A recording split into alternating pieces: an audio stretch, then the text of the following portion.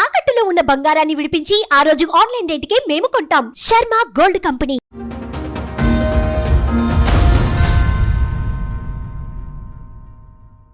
నాకు marriage 2 years అయిపోయింది. మీ age ఎంత ఇప్పుడు? నా ఏజ్ ఇప్పుడు 19 years. Minor marriage.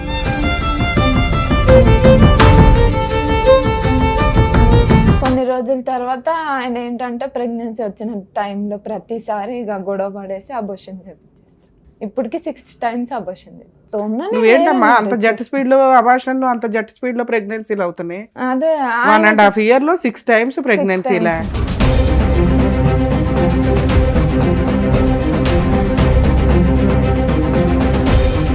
ఇప్పుడు మళ్ళీ ప్రెగ్నెంట్ ఉన్నాను అనేసి గొడవ పడేసి వెళ్ళిపోయాడు. మళ్ళీ ఇప్పుడు ప్రెగ్నెంట్ అంటే తీపించుకొని టాబ్లెట్స్ పంపిస్తున్నాడు వాళ్ళ ఫ్రెండ్స్ తోటి.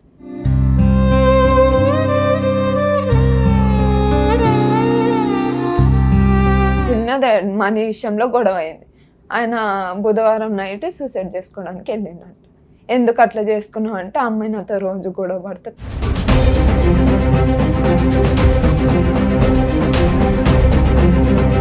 మరి ఏంటి అనేసి అంటే ఆ పర్సన్ ఏమన్నాడంటే నాకు వద్దు. అక్కడికి వచ్చిన తర్వాత కూడా నాకు ఫుల్ కొట్టేశాడు. కొట్టేసి చాకు తీసుకొని వచ్చి పొడి చేయడానికి వచ్చాడు.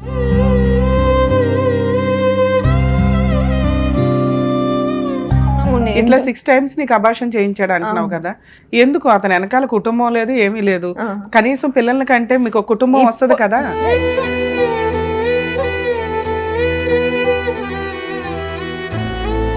మా అన్న వాళ్ళకి లేరు కదా, నాకు కూడా ఇప్పుడే వద్దు, వాళ్ళకి అయిన తర్వాత మనం కందాము అనేసి అన్నాడు.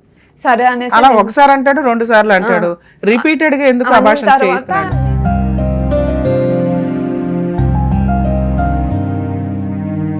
ఇప్పుడు అసలు మీ ఇద్దరు కలిసి ఉండే ఉద్దేశం ఉందా లేదా? లేదు మేడం, వద్దనే అమ్మాయి వాళ్ళ అమ్మ అందరూ వచ్చి మాట్లాడారు. నేను కూడా వద్దనుకునే ఉన్నాను కదా మేడం. ఆ అమ్మాయికి ఏమి న్యాయం చేస్తావో చెప్పు.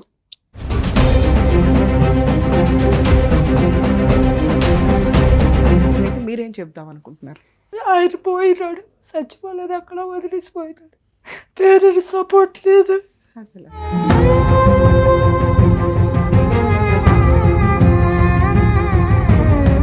స్కూల్లో చదవను, నేను ప్రైవేట్లో చదువుతా అంటే నేను 4 ఇళ్లలో పని చేసుకొని బతుకుతాను. హైదరాబాద్ వచ్చి సొంత ఇల్లు కూడా లేదు నాకు. భర్త సపోర్ట్ లేదు, అత్తవారి సపోర్ట్ లేదు, పేరెంట్స్ సపోర్ట్ లేదు, ఎవరిది లేదు.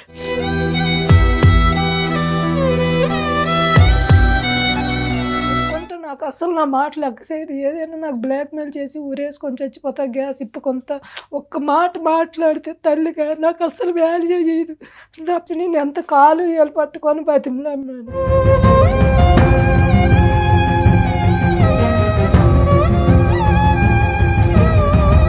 అమ్మాయిలు 18 కంప్లీట్ అవ్వాలి, అబ్బాయిలు 21 కంప్లీట్ అవ్వాలి. ఈ లోపు ఒళ్ళు కొవ్వెక్కి ఫిజికల్గా వచ్చే ఫీలింగ్స్ని కంట్రోల్ చేసుకొని చావలేక చేస్తున్న చెత్త పనులు ఎంత బరితెగించి వ్యక్తిగత స్వేచ్ఛ. ఈ రోజున ఆ తల్లి ఒక 100 మంది తల్లిదండ్రుల యొక్క ఘోషణ చెప్తుంది.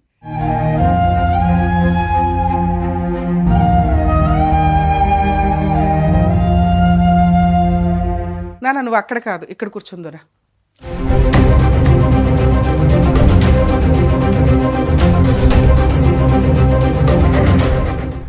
నమస్తే అమ్మా. ఏంటి ప్రాబ్లం? నాకు మ్యారేజ్ 2 years అయిపోయింది. లవ్ మ్యారేజ్ చేసుకున్నాము. 8 months లవ్ చేసుకున్నాము, మ్యారేజ్ చేసుకున్నాము. ఇష్టం లేకపోతే గుడికి వెళ్ళి మ్యారేజ్ చేసుకున్నాము మేము. పెళ్లి ఎలా పరిచయం మీ హస్బెండ్? నాకు వర్క్ దగ్గర పరిచయం. 10th కంప్లీట్ అయిన తర్వాత వర్క్ చేసుకునేదాన్ని. మీ ఏజ్ ఎంత ఇప్పుడు? నా ఏజ్ ఇప్పుడు 19 years. నేను 18 years కి మ్యారేజ్ చేసుకున్నా. ఇప్పుడు ఏప్రిల్. Minor marriage. నేను తర్వాత ఎందుకు చదువుకోలే అంటే ఇంకా నాకు అంతగా ఇంట్రెస్ట్ లేదనేసి నేను వర్క్. మేడం మీరు ఇప్పుడు 19 లోకి ఎంటర్ అయ్యారు. నాకు ఇప్పుడు 20 వస్తాయి ఏప్రిల్ కి. అంటే 19 రన్ అయ్యి 20 లో ఉన్నారు. 19 రన్ అవుతుంది. 19 రన్ అవుతుంది. మ్యారేజ్ అయ్యి 2 years అయ్యింది. అంటే ఇప్పుడు మే వస్తే నాకు 2 years అవుతుంది. మైనర్ మ్యారేజ్ తల్లి. 18 years కి అయితే నాకు మ్యారేజ్ అయింది. 18 పడిన తర్వాత నేను ఒక 13 days అలా అయ్యి మ్యారేజ్ చేసుకున్నాను. నేను 24లో అయింది నాకు మ్యారేజ్. అయిన తర్వాత మేము మంచిగానే ఉన్నాము. కొన్ని రోజుల తర్వాత ఆయన ఏంటంటే ప్రెగ్నెన్సీ వచ్చిన టైంలో ప్రతిసారి ఇక గొడవ పడేసి అబోషన్ చేపించేస్తాడు. ఇప్పటికి 6 times అబోషన్ చేపించి ఇప్పుడు మళ్ళీ ప్రెగ్నెంట్ ఉన్నాను అనేసి గొడవ పడేసి వెళ్ళిపోయాడు. ఇంతకుముందు కూడా మీతో మాట్లాడాను నేను, ఎప్పుడు కౌన్సిలింగ్కి వెళ్ళినప్పుడు ఇంతకుముందు మీతోటి కాల్లో మాట్లాడిండే.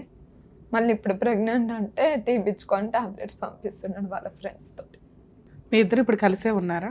కలిసిలేం. నేను మా మమ్మీ వాళ్ళ ఇంటికి ఎప్పుడు వచ్చేసాను. వచ్చేసారు? నేను వచ్చింది మొన్న సాటర్డే రోజు వచ్చాను. ఎందుకు సాటర్డే రోజు ఎందుకు గురువారం రోజు వచ్చాను. నేను మండే రోజు ఏంటంటే మా అక్క వచ్చింది అనేసి నేను మా అమ్మ వాళ్ళ ఇంటికి వచ్చాను. వచ్చిన తర్వాత గొడవ అయ్యింది, చిన్నదే మనీ విషయంలో గొడవ అయింది. ఆయన బుధవారం నైట్ సూసైడ్ చేసుకోవడానికి వెళ్ళిండంట. ఎందుకు అట్లా చేసుకున్నావు అంటే అమ్మాయి నాతో రోజు గొడవ పడుతుంది, వాళ్ళ అమ్మల ఇంటికి వెళ్ళిపోతుంది, నాకు అమ్మాయి వద్దు, అవి ఇవన్నీ సూసైడ్ చేసుకోవడానికి వెళ్ళాడంట. ఆ విషయం నాకు తెలియదు. నెక్స్ట్ డే నేను వాళ్ళ ఇంటికాడికి వెళ్ళిన, ఎంత ప్రెగ్నెంట్ వస్తుంది అనేసి అంటే వెళ్ళిపో అంటున్నాడు. మరి ఏంటి అనేసి అంటే ఆ పర్సన్ ఏమన్నాడంటే నాకు వద్దు. అక్కడికి వచ్చిన తర్వాత కూడా నాకు ఫుల్ కొట్టేశాడు. కొట్టేసి చాకు తీసుకొని వచ్చి పొడి చేయడానికి వచ్చాడు.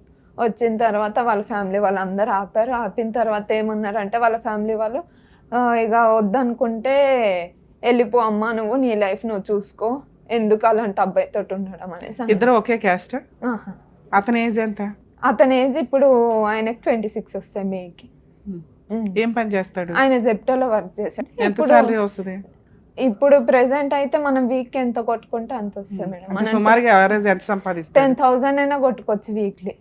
కష్టపడినంత వస్తాయి. కానీ ఆయన వర్క్ చేయడు, నేనే వర్క్ వెళ్ళేదాన్ని. నీకెంత వస్తుంది? నాకు అక్కడ అని వస్తాయి మేడం, ఇన్సెంటివ్ తోటి కలిపి 18 వరకు నాకు వస్తుంది.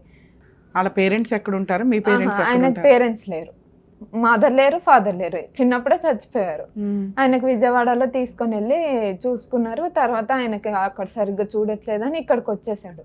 ఇంకా మా ఇద్దరం ఇంకా ఇష్టపడి ఇక వాళ్ళ అన్న ఒక్కడే ఉన్నాడు. ఆయనకు అంటూ ఉన్నది వాళ్ళ అన్న, వాళ్ళ వదిన, వాళ్ళ మేనమామ వాళ్ళు ఉన్నారు. ఇప్పుడు మొన్న వెళ్ళి గొడవ ఆడినప్పుడు కూడా నువ్వు ఇక్కడనే ఉండిపో ప్రెగ్నెంట్. మరి ఇందులో మ్యారేజ్ కు ఒప్పుకోపోవడానికి ఎవరున్నారు? ఎవరు ఒప్పుకోలేదు మేడం. వాళ్ళ సైడ్ వాళ్ళు ఒప్పుకున్నారు, మా మమ్మీ ఒప్పుకోనన్నది. మా ఇంట్లో వాళ్ళు ఒప్పుకోలేదు. ఒప్పుకోకపోతే ఇక మేము వెళ్ళిపోయి మ్యారేజ్ చేసుకున్నాం.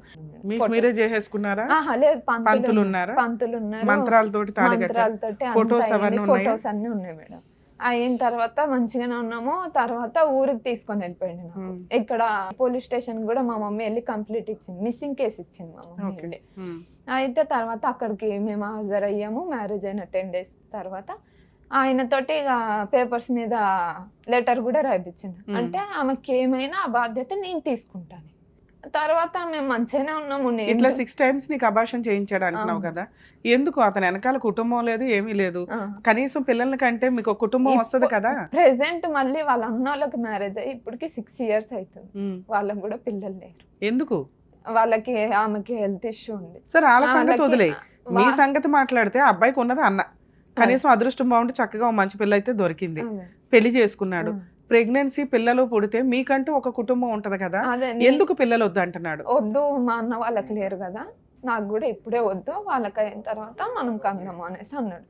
సరే అనేసి అలా ఒకసారి అంటాడు, 2 సార్లు అంటాడు, రిపీటెడ్ గా ఎందుకు అబార్షన్ చేయిస్తున్నాడు? నేను మొన్న లాస్ట్ టైం గొడవ అయ్యింది.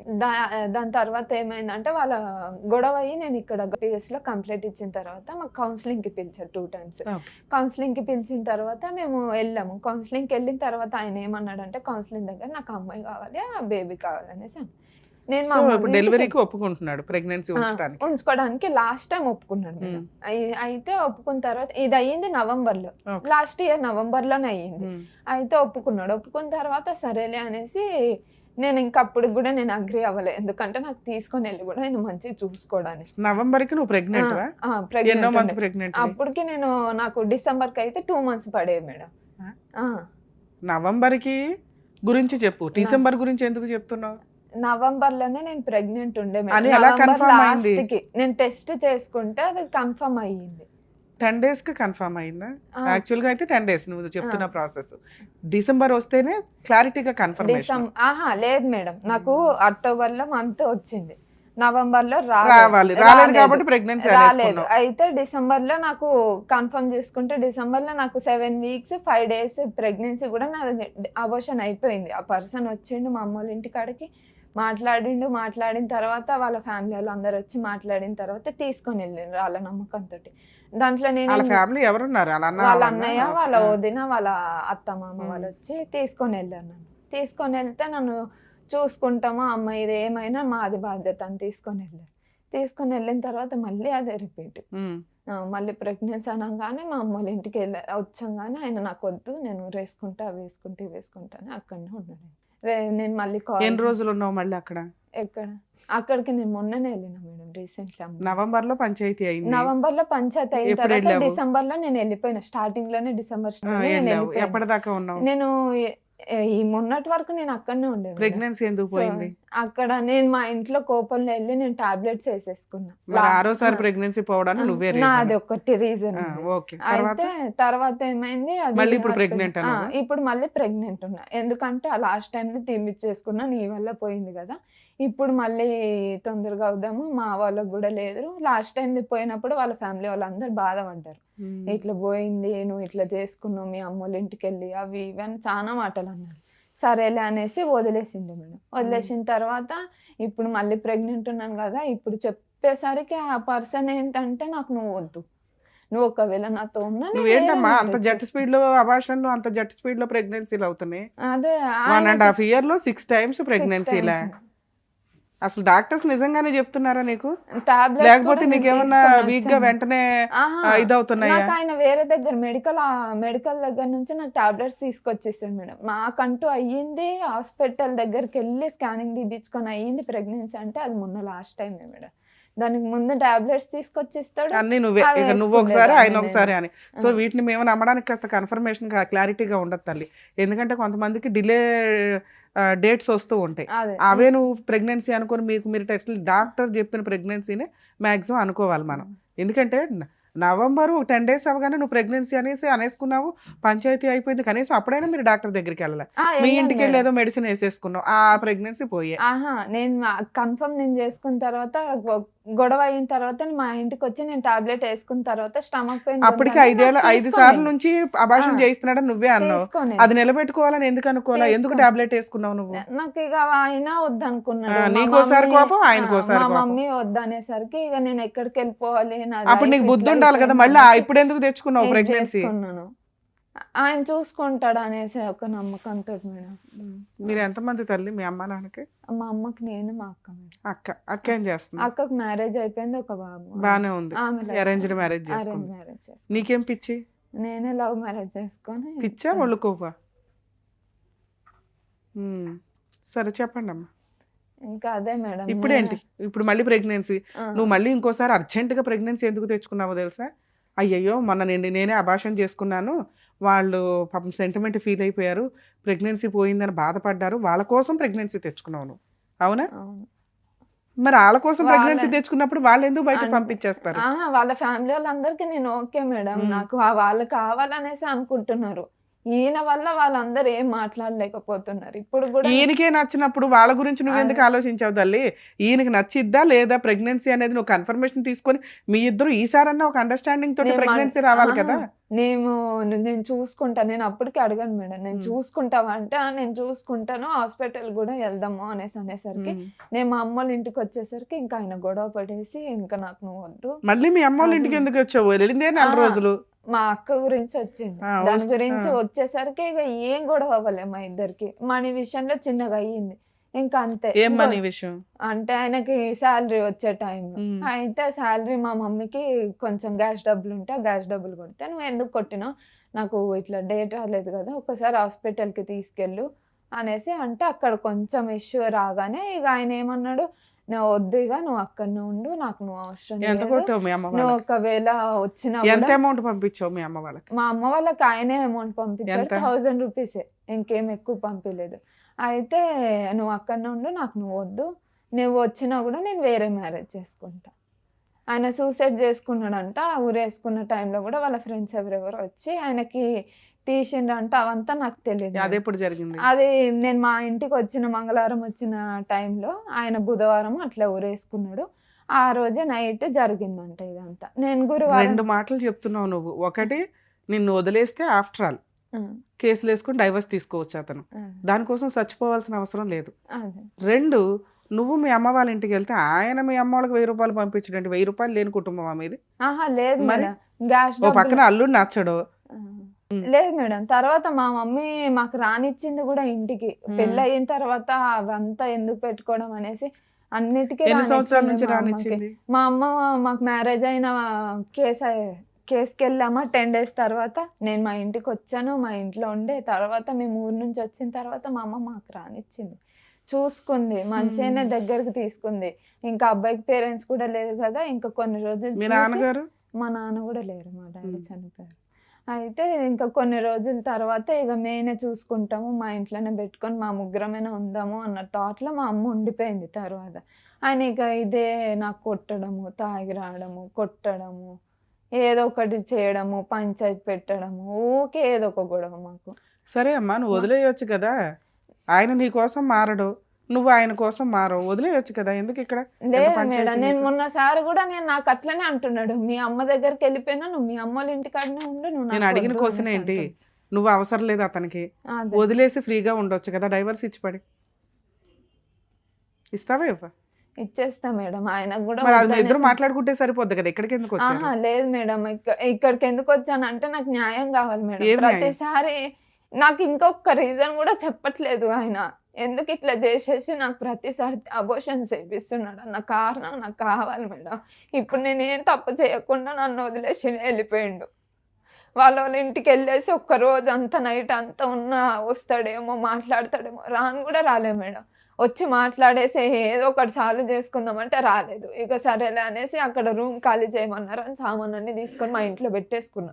పెట్టుకుంటే మీ మమ్మీ వచ్చింది, తీసుకొని వెళ్ళిపోయింది. నీ దారి నువ్వు చూసుకొని మాట్లాడుతున్నాడు ఆ పర్సన్. రీజన్ ఏంటో తెలుసా? మీ మ్యారేజే చెల్లని మ్యారేజ్, మైనర్ మ్యారేజ్ మీది.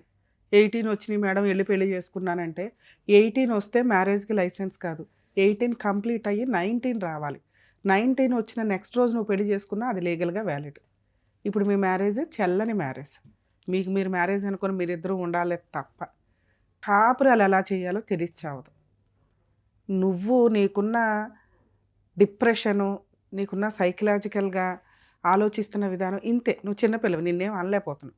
మీ హస్బెండ్ 26 years అంటే అతను పెళ్లి చేసుకునేసరికి 24 years. చక్కగా ఉన్నావు బొమ్మలాగా. ఇలాంటి అమ్మాయి మళ్ళీ దొరకదు. అయినా నిన్ను భరించలేకపోతున్నాడంటే నీకు కాపురం చేసే లక్షణాల్లో ఓపిక అనేది చాలా తక్కువ ఉంది. ఆ అబ్బాయికి నువ్వు లేకపోతే జీవితం లేదు. మళ్ళీ ఇలాంటి అమ్మాయి మళ్ళీ దొరకదు అతనికి. మంచి అమ్మాయి, అర్థం చేసుకునే అమ్మాయి, సర్దుకునే అమ్మాయి. ఇష్టపడి ఒక అమ్మాయి వస్తే ఆ అమ్మాయికి అన్నిసార్లు అభాషణలు నిజంగా అవుతున్నాయా, ఆయన చేయించాడు. చిన్నపిల్లవి హోల్డ్ అవుతుందా, ఆగుతుందా, ఆగట్లేదా, ఇవి డాక్టర్స్ చెప్పాలి. అంత పెద్ద ఎలిగేషన్స్ నువ్వు వేస్తున్నవి. ఒకటేమో దీని ముందు అభాషణ ఏమో నువ్వు చేసుకున్నది, ఇప్పుడేమో ప్రెగ్నెంట్లో ఉన్నాను అంటున్నావు. ప్రెగ్నెన్సీ ఎప్పుడు వచ్చిందమ్మా అంటే 10 రోజుల క్రితం అంటున్నావు. ఎన్ని రోజులైంది ప్రెగ్నెన్సీ నీకు కన్ఫర్మ్ అయ్యి? నాకు ఈ 13కే నాకు 2 months పడుతుంది. సెకండ్ మంత్లోకి ఎంటర్ అవుతావు. ఎంటర్ అయితే అంతే. వెంటనే ప్రెగ్నెన్సీ పోగానే మళ్ళీ ప్రెగ్నెన్సీ వచ్చేసింది. లాస్ట్ మంతే నీకు పోయింది, డిసెంబర్లో పోయింది. ఇంకా ఫిబ్రవరి రాలా, పూర్తిగా ఫిబ్రవరి రాలేదు తల్లి. మీ అమ్మగారు మాట్లాడతారట, మాట్లాడమంటారా? రమ్మనమ్మ మీ అమ్మ. నమస్తే అమ్మ, చెప్పండి, మీరు చెప్పండి. ఒక పిల్ల 18 years రాగానే లేచిపోయి పెళ్లి చేసుకుంది మీ అమ్మాయి. సరే, ఒక తల్లివి ఒక పిల్లకి పెళ్లి చేసావు, తల్లిదండ్రులు బాగానే పెంచుతున్నా, పిల్లలు అలా పెరుగుతున్నారు. మిమ్మల్ని నేనేం అనలేను. మీరు మీ హక్కు వరకు మీరు అబ్జెక్షన్ పెట్టడం కూడా కరెక్టే. ఎందుకంటే చిన్నపిల్ల అప్పుడే ఎవరినో పెళ్లి చేసుకుంటానంటే మనం యాక్సెప్ట్ చేయము. 4 సంవత్సరాల తర్వాత చేస్తాం తల్లి, ఈలోపు చదువుకో అని చెప్పగలం. సరే, మీ ఫైనాన్షియల్ దీనికి 10th వరకే చదివించారు, ఏదో పని చేసుకుంటున్న అమ్మాయికి వస్తే ఎవరిన తగులుకుంది, వెళ్ళిపోయింది. కానీ ఆ వెళ్ళిన పిల్లకి కాపురం నిలబెట్టుకోవడం అనేది పెద్దగా తెలియదు. అతను మైనస్లో ఉన్నాయి, అమ్మాయి మైనస్లో ఉన్నాయి. కానీ ఇక్కడ లాస్ అయ్యేది ఎవరో చెప్పండి తల్లి, నీకున్న సీనియారిటీకి. ఆడపిల్లలే లాస్ అవుతారు కదా. అయినా నువ్వు మంచితనంతో వాళ్ళని యాక్సెప్ట్ చేశాను అంటున్నావు. అసలు ఇక్కడికి రావడానికి రీజన్ ఏంటి? మీరేం చెప్దాం అనుకుంటున్నారు? మేడం, నాకు 2 అమ్మాయిలు మేడం. నా భర్త ఇంకేళ్ళు పెద్దకి 2 సంవత్సరాలరా ఆయన పోయినాడు, చచ్చిపోలేదు, అక్కడ వదిలేసిపోయినాడు. పేరెంట్స్ సపోర్ట్ లేదు.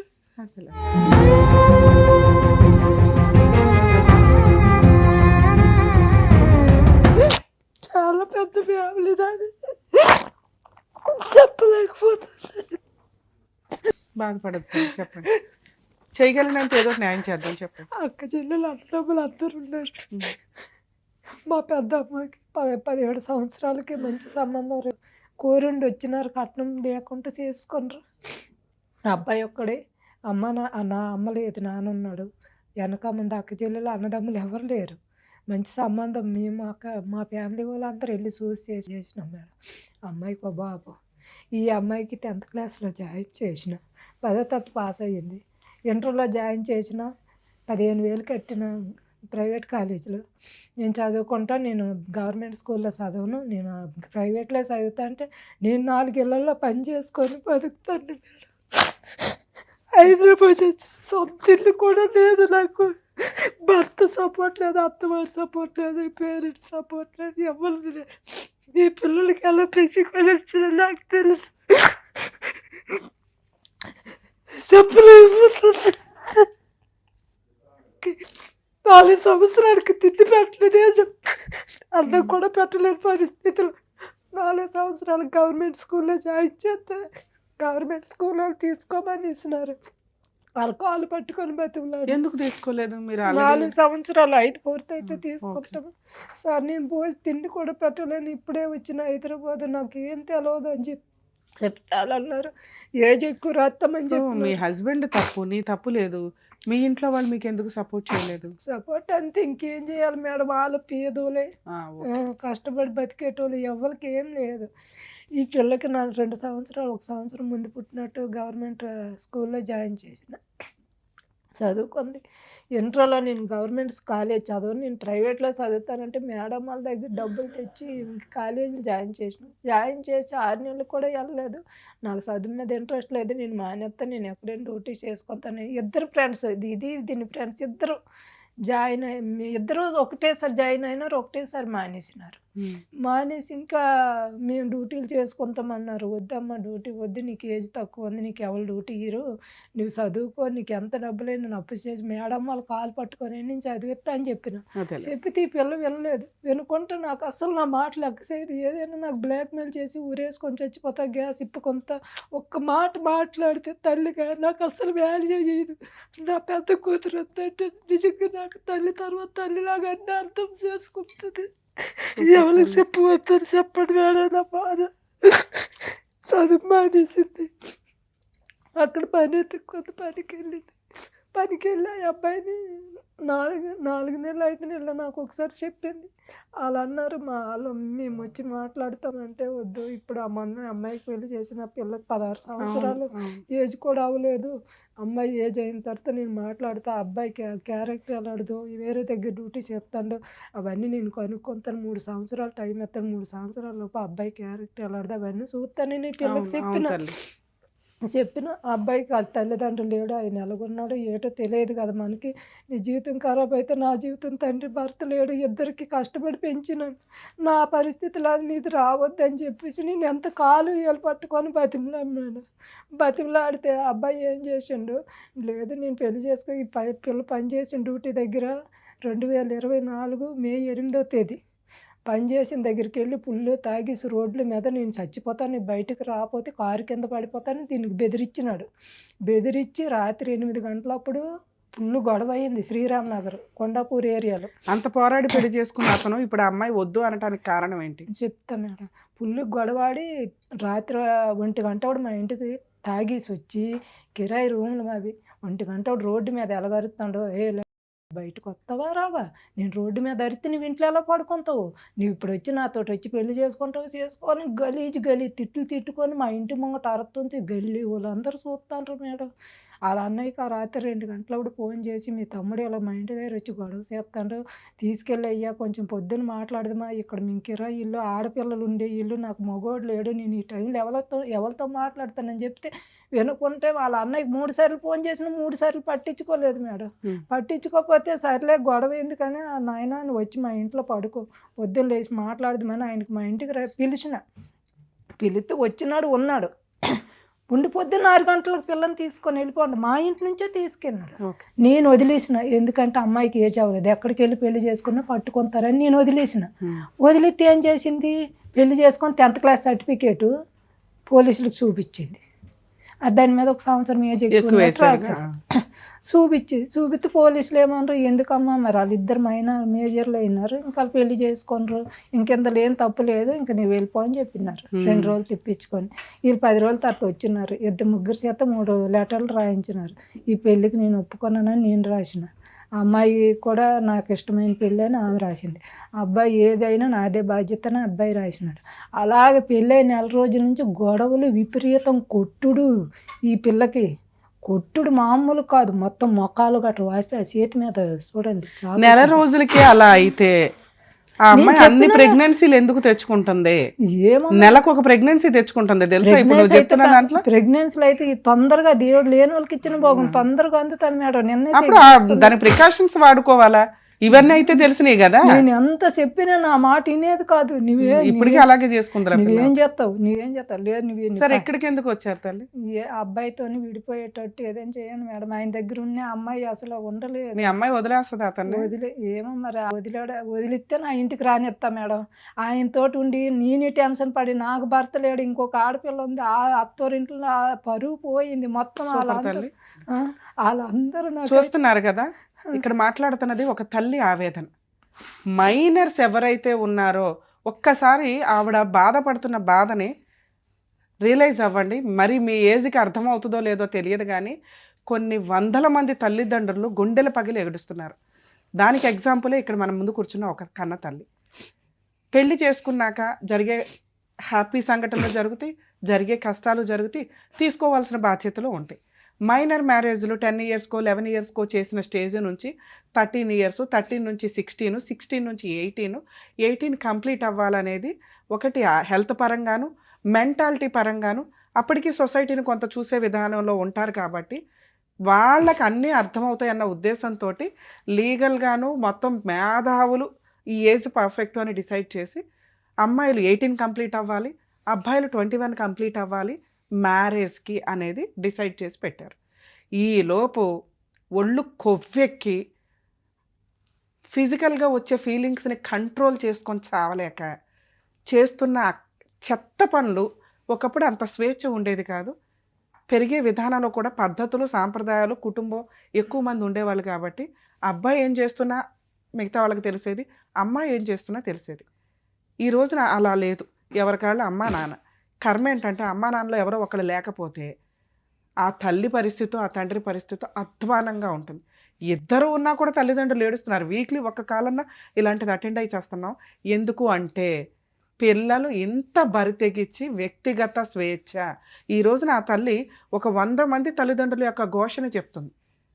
ఇక్కడ తల్లిదండ్రులు ఇద్దరు ఉన్నప్పటికీ కూడా ఆవిడ కష్టపడి తిని తినక పిల్లని 10th వరకు చదివించుకొనేస్తే ఆ చదువులో అమ్మాయి నేర్చుకోవాల్సింది ఎక్కడ చదివినా పర్ఫెక్ట్గా మార్క్స్ తెచ్చుకోవడం, క్యారెక్టర్ డెవలప్ చేసుకోవడం, నాలెడ్జ్ డెవలప్ చేసుకోవడం అని.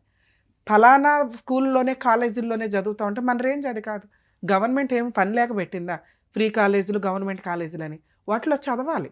అక్కడ చదివి తర్వాత నువ్వేం చేయాలనేది కష్టపడి సంపాదించుకోవడం మీద డిపెండ్ అయి ఉంటుంది. చదువు ఇంపార్టెంట్, తర్వాత క్యారెక్టర్ ఇంపార్టెంట్. తల్లి ఎంత కష్టపడి సంపాదించుకొని ఉన్నంతలో మీకు తిండి పెడితే ఆవిడ రేంజ్కి అంతే.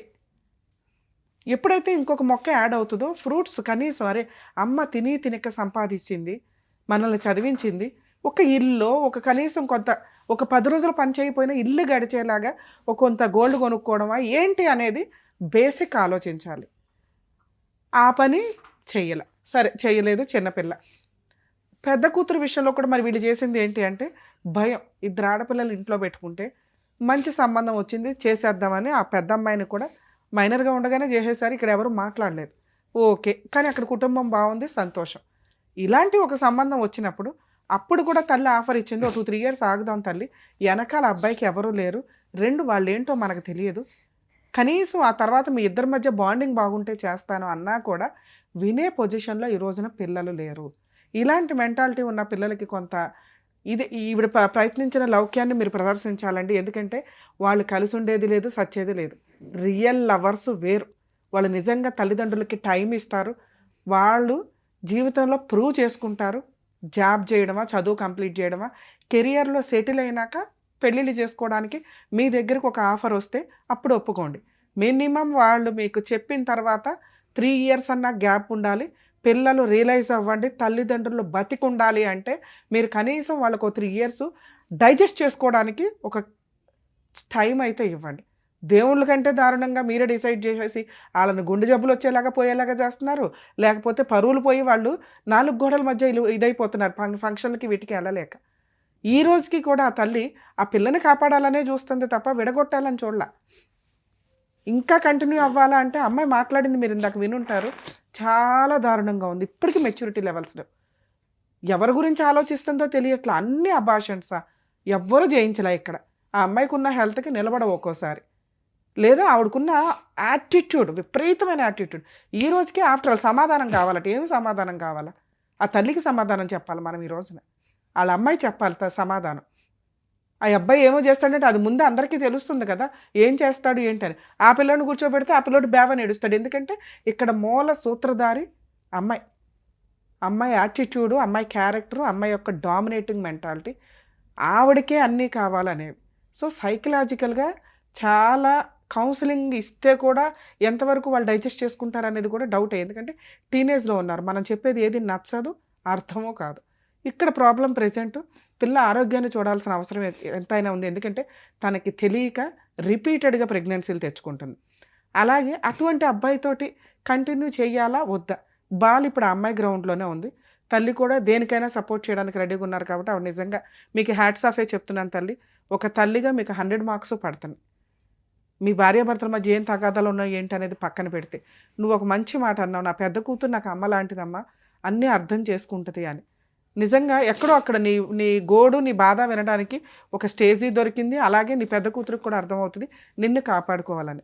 మీ అమ్మాయిని, రెండో అమ్మాయిని కూడా అలాగే చేద్దాం తల్లి. ఆ అమ్మాయి ఇప్పుడు సొసైటీని చూసింది, మనిషి ఎలాంటి వాడో తెలిసింది, ఎలా ఉంటారు మనుషులు అనేది కూడా కొంత అర్థమైంది. కాబట్టి మేబీ తల్లి వాల్యూ తెలుసుకుంటే తల్లిదండ్రులు కనిపించే దైవాలు, అది ఎప్పుడైతే రియలైజ్ అవుతారో కనీసం వాళ్ళకి పుణ్యం అయితే యాడ్ అవుతుంది. గుళ్ళకి వెళ్ళి ఓ దండాలు పెట్టవసరలే. గుడులు అనేది మనలో ఒక మంచి ఆధ్యాత్మికంగా మనం డెవలప్ అవ్వడానికి, మంచి ఆలోచన విధానానికి, మంచి ఆరోగ్యానికి అవన్నీ మంచి పద్ధతులే. ఎదురుగా ఉన్న తల్లిదండ్రులను మనం రెస్పెక్ట్ ఇవ్వలేకపోతే ఎట్లా? ఎన్నిసార్లు పోలీస్ స్టేషన్ తిరుగుతాను మేడం, నాకు ఎవరు సపోర్ట్ లేదు.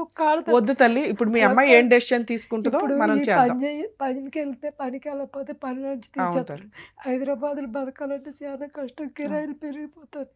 ఈ పిల్లకి వద్దమ్మ ఎన్నోసార్లు పోలీస్ స్టేషన్కి తిప్పి కౌన్సిలింగ్ ఇచ్చిన అబ్బాయిలో మార్పు రావట్లేదు. అమ్మాయికి 2 సంవత్సరాలు అనుకోండి, పెళ్ళి కాకముందు 10,000 బండి కొంతనంతే నాకు తెలియకుండా షాప్ దగ్గర అడ్వాన్స్ తీసుకొని ఆయనకి ఇచ్చింది. పోన్లే తల్లి, మీ అమ్మాయితో మాట్లాడదాం, మాట్లాడేసి ఓకే నాన్న నువ్వు అక్కడ కాదు ఇక్కడ కూర్చుందురా. ఎందుకంటే మీ అమ్మగారు అక్కడ కూర్చొని ఉన్నారనుకొని ఆవిడ బాధ నువ్వు విన్నావు కదా, ఇక్కడ కూర్చొని నా పాత్రలో నువ్వేం చెప్పగలుగుతావో చెప్తావా? ఒక కన్నతల్లికి ఏం చెప్తావో చెప్పు.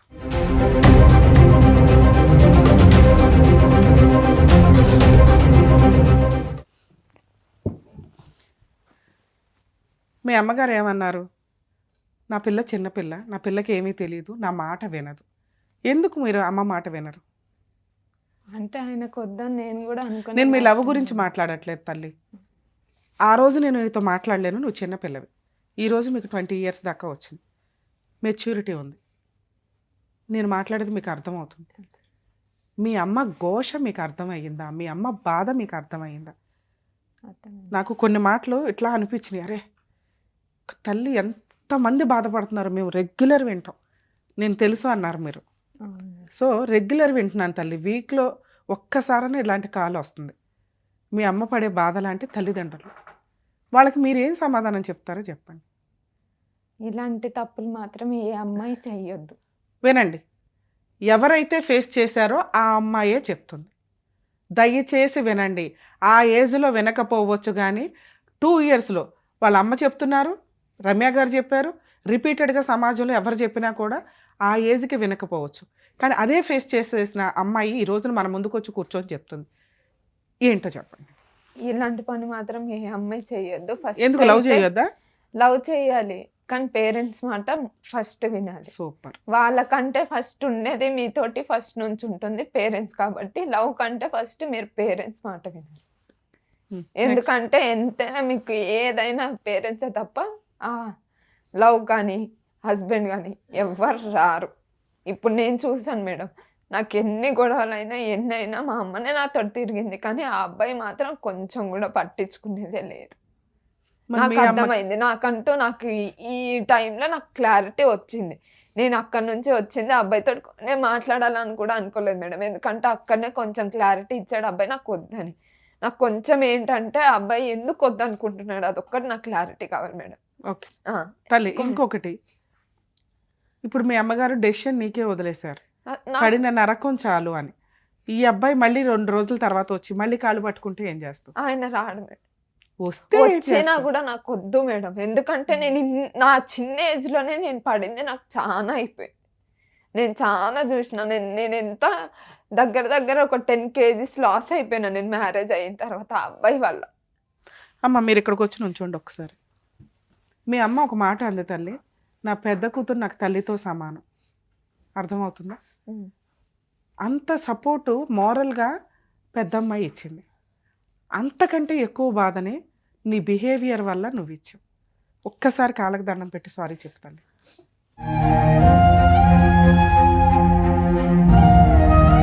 మాట ఇవ్వతల్లి అమ్మకి, ఇక నుంచి అమ్మకి రెస్పెక్ట్ ఇస్తాను, అమ్మతో బాగా ఉంటానని. నీకు నేనేం చేయాలో హెల్ప్ చేస్తా, నువ్వు అమ్మకి హెల్ప్ చేయి, నువ్వు అమ్మకి సపోర్ట్గా ఉండు, నేను నీకు సపోర్ట్ ఉంటా. నేను నీ దగ్గర నుంచి తీసుకుంటున్న ఫీజు అనుకో, అది హక్ చేసుకొని అమ్మకి మాట ఇవ్వు. సారీ మమ్మీ, ఇంకెప్పుడు నేను నీ మాట వినకుండా నేను ఉండను, నీ మాట వింటాను. కూర్చోమ్మా. నేను మీ హస్బెండ్తో ఒకసారి మాట్లాడతాను. నాన్న ఇప్పుడప్పుడే నీకు ఇంకో పెళ్ళి అవసరం లేదు, ఏ ప్రాసెస్ అవసరంలా, మీరు ఇంకొక 5 to 7 years టైం తీసుకోవచ్చు. ఆ ఏజ్లో ఈ రోజున ఆడపిల్లలు పెళ్ళిళ్ళు చేసుకుంటున్నారు 25 to 27. సో నీకు ఇంకా 5 to 6 years పైనే టైం ఉంది. ఏం పని చేస్తావు, ఎంత సంపాదించుకుంటావు, ఏం కొనుక్కుంటావు, ఇవి ఇంపార్టెంట్. గోల్డ్ కొనుక్కుంటావా, కనీసం ₹1 ఇన్వెస్ట్మెంట్ పెట్టుకొని కొంచెం ల్యాండ్ కొనుక్కోగలరు. మ్యారేజ్ కాకముందు నేను డ్యూటీ చేసుకొని సేవింగ్స్ చాలా చేసుకున్నా మేడం. ఏం చేసావు? వేస్ట్ సేవింగ్ చేసుకొని మా మమ్మీకి ఇచ్చాను నేను, సేవింగ్స్ చేసుకొని. తర్వాత నాకు మ్యారేజ్ అయిన తర్వాత ఆ పర్సన్ కి నేను అన్ని పెట్టాను. ఫస్ట్ నా శాలరీ ఆయన అకౌంట్లోనే పడుతుంది. నా శాలరీ నుంచి ఇంట్రెంట్ వెళ్ళాలి, బండి ఫైనాన్స్ వెళ్ళాలి, ఇంట్లో ఖర్చులకు వెళ్ళాలి, అన్నీ నా సైడ్ నుంచి వెళ్ళాలి. కనీసం నాకంటూ ఆయన ₹1 ఇచ్చింది లేదు. అలాంటి పర్సన్ నాకు కూడా వద్దు మేడం. ఎందుకు నేను ఇన్ని రోజులు పడింది సరిపోయింది. చాలా మంది తల్లిదండ్రులకి నేను చెప్తూ ఉంటాను సార్, మేడం సార్ ఎవరైనా కానీ కాల్ మాట్లాడితే ఒక్క 6 months నుంచి 1 year టైం ఇవ్వండి, తన్నుకుంటూ వాళ్ళు వెనక్కి వచ్చేస్తారు. ఎందుకంటే అవన్నీ కూడా షార్ట్ టర్మ్ డెసిషన్స్తో కూడిన మ్యారేజ్. వన్స్ కుటుంబం నిలబెట్టుకోవడం, భర్తకి సేవ చేయడం, లేకపోతే భార్యకి ఇంపార్టెన్స్ ఇవ్వడం అనేది వాళ్ళ మెచ్యూరిటీ లెవెల్స్కి చాలు. వెనక్కి వచ్చేసిన రోజున లీగల్గా ఏం చేయాలి, అప్పటి వరకు కొంచెం అమ్మాయికి ఆ బ్రీతింగ్ టైం ఇవ్వండి, లేదా అబ్బాయికి ఆ బ్రీతింగ్ టైం ఇవ్వండి. నా మీ కేసులో వద్దు, కానీ ఒకసారి మాట్లాడదాం. ఎందుకంటే ఇన్ని అబార్షన్స్ ఇట్లా చేసిన కేసుల్లో మీరు చేసిన మిస్టేక్ ఏంటంటే, మీకు ఆల్రెడీ మీది ఏదైతే మైనర్ ఏజో అది చెప్తున్నారు, యాక్చువల్గా అది ప్రూవ్ చేయడం కుదరదు. మీరే అడ్మిట్ అయిపోయారు, ఒక 1 year ఎక్స్ట్రా వేసుకొని డాక్యుమెంట్ పరంగా. సో మీది లీగల్గా వ్యాలిడ్ మ్యారేజే. ఓకే, బిలో 19 లోపు చేసుకునే మ్యారేజ్ మైనర్ మ్యారేజ్. అంటే 18 వచ్చిన వెంటనే పెళ్లి చేసుకుంటే లీగల్ కాదు, 18 కంప్లీట్ అయినాక చేసుకునేది లీగల్. సో మీరు ఆ రకంగా చూసినా మీరు 18 కంప్లీట్ అయినాక చేసుకున్నట్లే, ఎందుకంటే 1 year ఎక్స్ట్రా వేసుకొని చేశారు కాబట్టి. సో ఇక్కడ మీరు లీగల్గా 100% అతనికి స్ట్రాంగ్ డోస్ ఇవ్వగలిగే అంత కెపాసిటీలో అయితే మీరు ఉన్నారు. కొంచెం దానికి మీకు ధైర్యం కావాలి. మీరేమనుకుంటున్నారంటే పోలీస్ స్టేషన్కి ఎవరు తిరుగుతారు, జాబ్ వేస్ట్ అవుతుంది, కోర్టుల చుట్టూ ఎవరు తిరుగుతారు, టైం వేస్ట్ అవుతుంది, దీనివల్ల మనం ఒక 4 రోజులు ఏదైనా జాబ్ చేసుకుంటే ₹1 వస్తుంది అనుకుంటున్నారు. కానీ ఒక వ్యక్తి నిన్ను మ్యానిపులేట్ చేసి వాడుకున్నప్పుడు న్యాయం కోసం కూడా మనం అంతే కష్టపడాలి. నువ్వు ఒకసారి తిరిగితే వాళ్ళు 20 సార్లు తిరగాల్సి వస్తుంది. ఎప్పుడైతే సెటిల్మెంట్ జరిగిద్దో మ్యూచువల్ డైవర్స్. కనీసం ఈ పని అయితే చేయండి. మీకు ఆల్రెడీ పోలీస్ స్టేషన్ తెలిసింది, కౌన్సిలింగ్కి వెళ్ళారు. నా కోసం ఒక ఎఫ్ఐఆర్ చేయించండి. చేయించిన తర్వాత డైవర్స్ వేయడమా, కాంపెన్సేషనా, మెయింటెనెన్స్ అనేది నేను చెప్తాను మీకు. ఇంకా డీవీసీ వేయండి అని ఏమీ చెప్పట్లే. 498 కేసు అనేది ఒక ఆయుధం నీకు ఒక రకంగా. ఎందుకంటే ఇవన్నీ కూడా క్రూయాలిటీ జరిగినాయి. ఇవి ప్రూవ్ చేయకుండా మనం డైరెక్ట్గా డైవర్స్లోకి వెళ్ళలేం. అర్థమవుతుందా? ఒకసారి మీ హస్బెండ్తో మాట్లాడతాం, ఫోన్ చేద్దాం. హలో హలో, ఎవరు?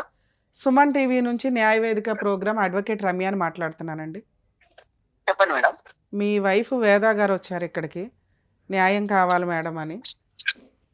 ఇప్పటికి 2 years మ్యారిటల్ రిలేషన్లో 6 times అబార్షన్స్ అట.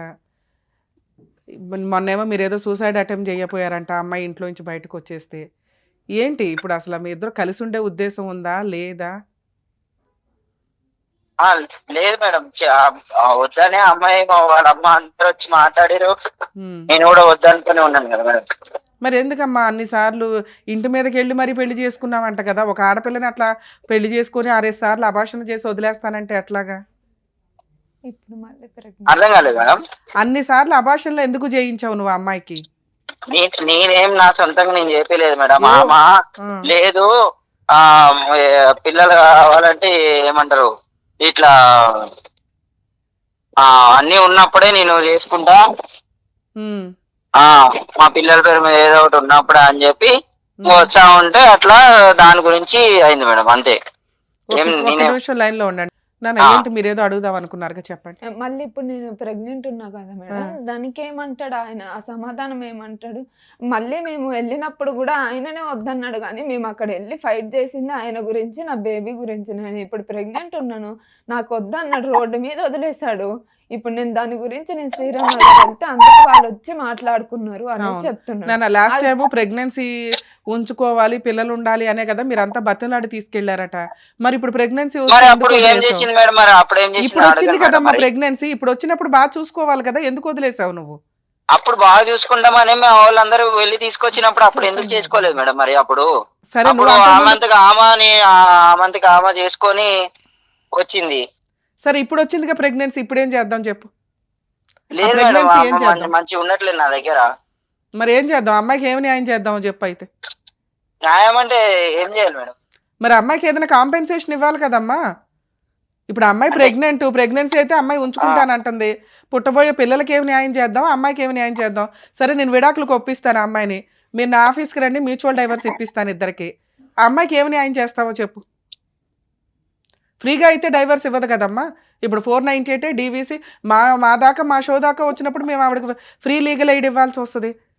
అదంతా ఎందుకు నాన్న, నేను ఒకసారి మాట్లాడతాను, మరి నువ్వు డైవర్స్కి ఒప్పుకుంటావా అంటే ఒప్పుకోను మేడం అంది.